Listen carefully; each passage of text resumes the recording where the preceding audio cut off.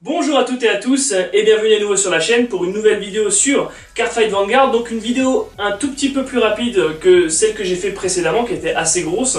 Aujourd'hui on va parler des cartes qui ont été révélées lors du stream Bushiroad et en particulier de la nouvelle mécanique qui a été confiée à Tachikaze. Alors, comme vous le savez certainement, la nouvelle mécanique s'appelle l'équipe gauche. Donc c'est une nouvelle mécanique qui consiste à placer les cartes en fait du dessus de son deck, attachées en fait à des rearguards. Donc on les place face cachée sous des rearguards. Et quand ces rearguards sont retirés, on peut utiliser ou non les cartes qui sont face cachée. Donc je vais vous laisser un peu mon avis sur cette nouvelle mécanique, vous donner quelques pistes de réflexion sur ce que moi j'en pense, que j'en ai pensé justement quand elles ont été révélées. Un petit avertissement d'abord, il faut savoir que bien sûr nous n'avons pas l'entièreté du support Tachikaze, nous n'avons que les petites pistes vers où se dirige en fait la nouvelle mécanique de Tachikaze, et c'est ça qu'on va juger aujourd'hui. On va pas essayer d'imaginer ce que ça pourra faire dans le futur, etc. On va juste voir ce que propose ces nouvelles cartes et cette nouvelle mécanique. Alors, bien sûr, comme je vous l'ai dit, on n'a pas toutes les cartes du support, mais aujourd'hui, il y a eu 3 cartes qui ont été révélées.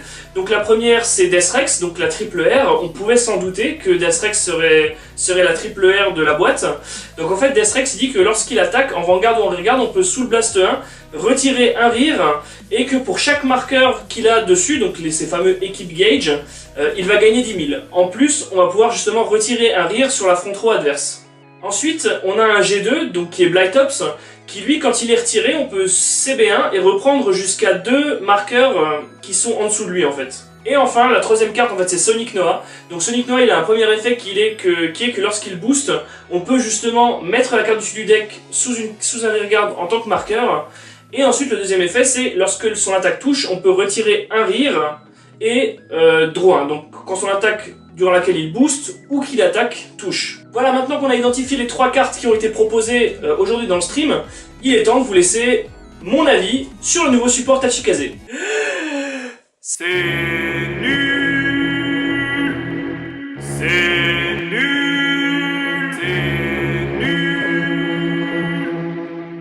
Alors ouais, effectivement, je trouve le support Tachikaze vraiment pas ouf. Et c'est un euphémisme parce que vraiment je le trouve vraiment naze. Pour plusieurs raisons. Donc écoutez mes arguments avant de laisser votre pouce rouge. Vous pourrez laisser votre pouce rouge après, c'est pas un souci. L'argument numéro 1, c'est que je comprends pas pourquoi ils sont allés vers une nouvelle mécanique. Pourquoi ils ont voulu faire compliqué alors qu'ils auraient pu faire un truc très simple en soi. Tachikaze, ça a toujours été je retire mes Rear pour gagner des effets et débloquer de la multi. Je comprends pas pourquoi ils ont pas fait un Deathrex qui retire le Rear, donc ça ils l'ont fait. Mais pourquoi ce système de marqueurs? Pourquoi pas aussi les cartes qui, lorsqu'elles sont retirées, sont soit recall la drop zone, comme on avait fait en Ancien Dragon, soit on recall des copies du deck. Enfin voilà, pourquoi ne pas être resté sur quelque chose de très simple?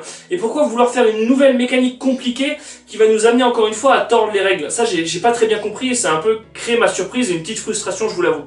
Ensuite, le deuxième argument, c'est que cette mécanique, elle me semble ultra puzzle et ultra aléatoire. Donc je vais détailler en fait ces deux aspects-là. Donc pourquoi aléatoire? Tout simplement parce que vous devez mettre des cartes du dessus de votre deck. Donc pour l'instant on suppose que c'est que du dessus du deck. Encore une fois on juge sur place et non pas sur ce qui arrive prochainement. Mais voilà, on prend des cartes du dessus du deck qu'on met sous des Rear et donc potentiellement on se meule de trigger, de bonnes cartes, etc. Donc on rajoute un facteur RNG au facteur RNG déjà existant dans le jeu. En plus, ce dont je vous ai pas parlé, c'est que qu'est-ce qui arrive à ces cartes qu'on met sous les Rear? Eh bien, si on a certains Rear, on peut justement s'en resservir, donc les récupérer. Donc c'est un peu comme ce qu'on avait dans l'RG avec l'ours Numatama, en fait on bind 2, et sous certaines conditions on peut récupérer les cartes. Eh bien là c'est quasiment la même chose, mais en 10 fois pire j'ai l'impression, parce que on peut mettre des marqueurs sous des rearguards, mais on ne peut pas automatiquement les récupérer. Il faut que le rearguard qui a ces marqueurs possède l'effet de pouvoir récupérer ces cartes. Donc c'est en ça en fait que la mécanique est assez puzzle. Je sais pas si parmi vous certains connaissent peut-être Oni Assassin dans Buddy Fight. Ça a souvent été comparé justement à Oni Assassin dans Buddy Fight. Oni Assassin, c'est quand un monstre est placé, il vous dit il a une capacité en bouche et il vous permet, comme pour Tachikaze, de mettre des cartes en fait en dessous. Sauf que son effet à lui, automatiquement quand il est détruit, on peut jouer ses cartes. Alors que Tachikaze c'est pas ça, il vous faut plusieurs pièces pour compléter le puzzle en fait. Il vous faut une pièce A qui est une carte qui met des marqueurs sous une autre carte, une pièce B qui est une pièce qui vous permet d'activer les cartes quand elles sont retirées ou quand l'unité est détruite, et il vous faut une pièce C, c'est-à-dire une unité pour retirer une autre unité. Donc vous voyez un peu où je veux en venir, c'est-à-dire que si vous n'avez pas la pièce A, B, C, ou même si vous n'avez pas par exemple la pièce la plus importante étant la pièce B, vous venez juste de mener des cartes de votre deck en fait. Je vous donne un exemple. Imaginez le combo qu'on nous montre dans la vidéo en fait sur le site de Bushiroad. Imaginez que vous n'avez pas le G2 qui vous dit lorsqu'il est retiré, CB1, vous récupérez 2 de vos marqueurs en main. Donc là, en fait, tout ce que vous allez faire, c'est que vous n'allez pas générer de CA, vous n'allez pas générer de multi, vous n'allez rien générer du tout, vous venez juste de meuler des cartes au-dessus de votre deck en fait. Sonic Noah va booster, vous allez mettre un marqueur, après vous allez retirer la carte avec le marqueur va finir en drop zone et vous venez glorieusement de vous meuler une carte. Génial, incroyable, super, je m'en vais. Donc voilà, c'est vraiment quelque chose de très puzzle qui demande 3 moteurs pour fonctionner dans un format où justement les cartes ne sont probablement pas tutorisables et en plus, là où en fait on génère beaucoup moins de ressources que dans l'RG. Argument numéro 3, pour l'instant dans le support qu'on a vu, le support est anti-synergique de ouf avec le marqueur Axel, c'est-à-dire qu'en fait, Tachikaze débloque un marqueur Axel, donc un cercle en plus, et on n'a rien pour l'utiliser. À part le fait d'être un cercle en plus, il ne fonctionne pas avec cette mécanique de marqueur.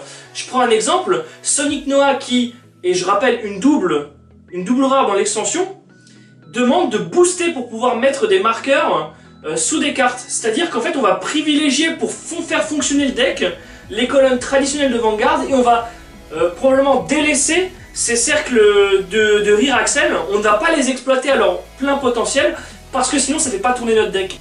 Donc voilà, le gros problème aussi c'est que dans ce deck, le marqueur Axel n'existe que pour être un marqueur Axel. Il n'y a rien qui fonctionne avec pour l'instant. Même dans la présentation de la mécanique, on voit que Bushiroad s'en fout du marqueur Axel, ils ne le font même pas apparaître sur le terrain. L'argument numéro 4, c'est qu'il n'y a aucune synergie en format premium. C'est-à-dire que là, le deck, on a l'impression qu'il va se tourner vers des marqueurs et on va rien pouvoir faire avec le support qu'on avait déjà. Et ça c'est frustrant, ça c'est vraiment frustrant parce que j'étais l'un des premiers à défendre le premium et là Bushiroad il nous sort un truc qu'on peut même pas exploiter avec le premium. Enfin, c'est vraiment ultra rageant pour moi. Et enfin, je vous avais parlé, c'est mon dernier argument, je vous avais parlé en fait dans la vidéo où j'expliquais un peu les bienfaits du reboot, etc. Je vous avais dit que les decks Axel étaient des decks qui s'axaient sur la multi-attaque et qui ne faisaient pas beaucoup de CA main.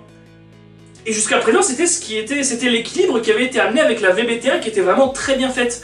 Et là, dès le B1, on a déjà des tromperies à la règle. Je vous avais dit que ce qui m'embêtait dans l'RG, c'était la conversion des cartes qui se convertissaient en main. Dès le B1, on a des cartes qui sont en rearguard qui peuvent se convertir en main. Je vous avais dit aussi que ce qui était plaisant dans la VBT 01, c'est que les decks Axel ne faisaient pas de CA. Là, on a des cartes qui vont se convertir en main, donc qui vont faire du CA. Donc dans Axel, ce qui va quand même déséquilibrer globalement l'espèce d'équilibre qu'ils avaient essayé de mettre en place. Si Axel commence à faire du CA dès le B1, mais où est-ce qu'on va quoi? C'est cette crainte-là que j'ai aussi.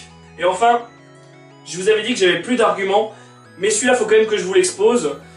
Un truc qui me dérange de ouf avec le support, c'est la petite cerise sur le gâteau du stream qu'on a eu aujourd'hui, c'est que c'est moche. Enfin, regardez-moi cette carte. On a l'impression que le mec s'est dit, ouais, je vais faire une carte en marron fuchsia. Enfin, les cartes sont vraiment dégueulasses, c'est moche de ouf, hein. C'est vraiment une déception.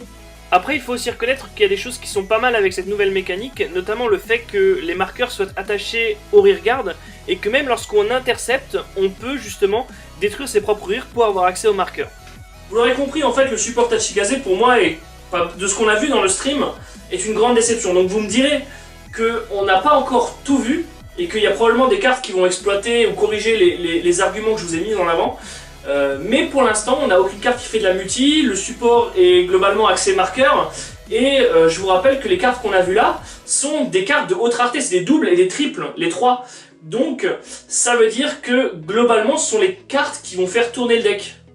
Donc là, il y a quelque chose d'effrayant quand même. Encore une fois, merci d'avoir regardé cette vidéo, ce n'est que mon avis qui est tout à fait personnel en tant que joueur Tachikaze depuis longtemps. Si vous avez un avis différent, n'hésitez pas à laisser un commentaire. J'ai beaucoup apprécié vos commentaires dans la dernière vidéo, ils étaient tous très bien, vous avez été très bons, merci beaucoup. Toujours content de voir que ces vidéos-là provoquent des réactions. Donc n'hésitez pas à me laisser votre avis sur le support Tachikaze dans les commentaires, je le lirai avec beaucoup d'intérêt. Voilà, merci à tous, bonne soirée, ciao ciao.